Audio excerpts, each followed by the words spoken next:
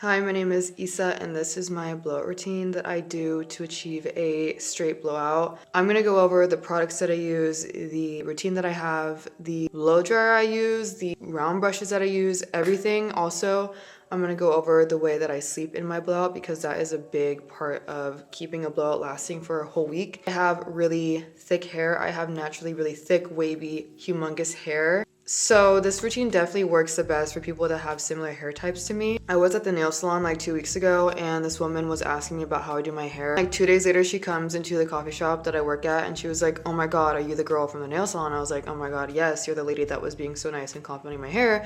And she was like, "I will literally pay you to come to my house and show me how to blow up my hair." Which is so nice because in no way, shape, or form am I a hairstylist. I'm just a girl that fucked around and found out. They just went through the entire like trials and tribulations of it all. Also oiled my hair prior to this video, which you'll see.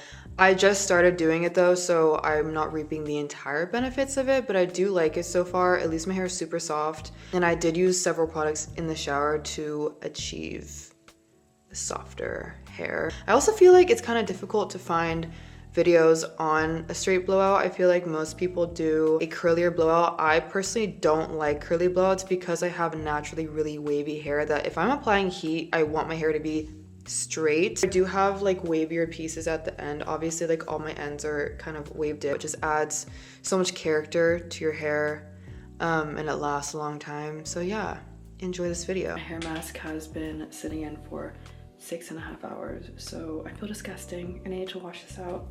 But I want to show the oil products that I use for this mask.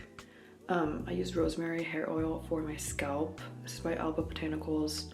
I like it. It helps with dandruff, and that's all I know so far. I use jojoba oil for my ends. It leaves my hair super soft, and it's like maybe like $3 from Trader Joe's. Love her. Okay, this is where I'm gonna get started. I start with freshly washed damp hair. It's really important that your scalp is super clean for a blowout. Taking the Crown Affair leave-in conditioner, working that from my ends to my mids, which is really important. I'm gonna do that with all my products, focusing on my ends and then working my way up to ensure that I don't get any split ends from all the heat that I'm gonna be using. Taking this Maria Nila cream heat spray, it's really good. I've been using it for like a year, and then the JVN blowout styling milk, which is also so good. Then this is my blow dryer. You do not need a Dyson. This is just what I use. And then I'm doing this on medium heat, just rough drying my hair to where my hair is about 80 to 90% dry. Under no circumstance should you ever be blowing out your hair on fully wet and damp hair. That is a sin. Do not ever do that. Anyways, this is me doing my first sectioning of my hair. I'm gonna wrap that up into a bun and then take a nozzle onto my blow dryer, which is super important, and then a larger round brush, brushing out my hair, and then splitting up that section, pinning that up, and then I'm gonna work on that small section that I just created. Here is where the blowout begins. I'm gonna get a tight grip on this section of hair using my round brush. I'm gonna start with drying my roots, and I'm gonna work my way down this strand of hair, or this section, keeping the nozzle of my blow dryer parallel to my hair. You do not want your blow dryer getting direct, straightforward heat. You want the nozzle to be like how it is in the video, parallel to your hair. And then I'm gonna keep turning the round brush at the end of this strand, or the end of this section, so I get the swivel at the end, but I'm not creating a big curl. And then I release the section like that. And then this is my second pass. You only want to do 2 passes on a section of hair, or else you're just going to fry your hair. And you'll see me in the next clip touch my hair to see if it's hot or not, because if it's cool, that means it's still wet. If it's hot, that means it's dry. This is how I managed to get the other side of my head. It looks really odd, but I thought I would show how I do it because I know it's going to be difficult for many people, because it's difficult for me. And then taking this top section, tying off the right side, brushing out the left, splitting that section horizontally, clipping that up. And then I just look really so insane at this point. I'm not a professional at all. Anyways, Going to pin that part up as well so it's out of the way. Splitting that section again, clipping that up, and then I work on that back section, and then this is the very last section that I do. I'm going to take that section up here on the right, pin it up, and then on the left side I'm going to pin back my bangs and then pin back a portion of that section, and then I'm going to work on that back section. When I first started blowing out my hair, I was super intimidated by the whole sectioning part of it. It was super confusing to me, so that's why I'm doing that step by step, because I know that's what most people struggle with, and that's definitely what I struggled with the most at the beginning.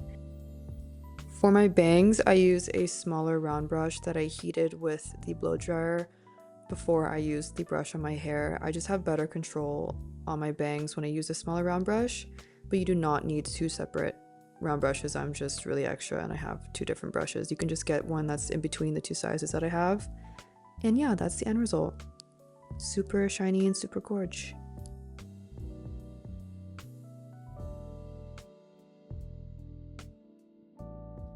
Going into the ways that I keep my hair lasting for an entire week, because that's truly like the secret behind a good blowout, is how you sleep in your hair.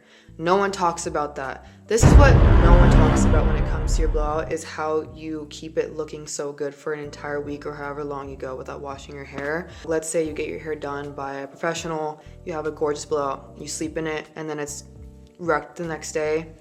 I have a solution for you. Sleep ties are God's creation when it comes to a blowout, because you sleep with this in your hair, you wake up and you have literally like the most insane blowout of all time. It has a stiffer, more like squishy material on this end, and the other end is like a stretchy, scrunchy material, and you wrap your hair around the tougher side and then you secure it with the scrunchy part.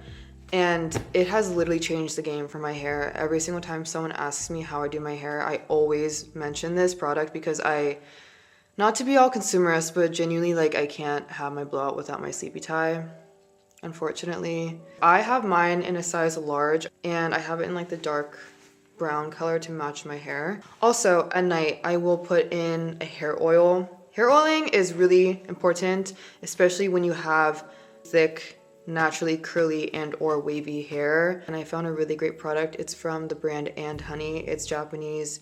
I got it at Tokyo Central and it smells so good. Like, I put it in my hair at night, I wake up with the sleepy tie, and it's just like smells like I dunked my head in my hair in a bucket of flower water. Like, it just is so fragrant, which I know many people probably might not like, but for me, however, that is so amazing because the scent lasts, my hair is soft. Thank you so much for watching this video, and let me know if you want any more hair tips, because I got you.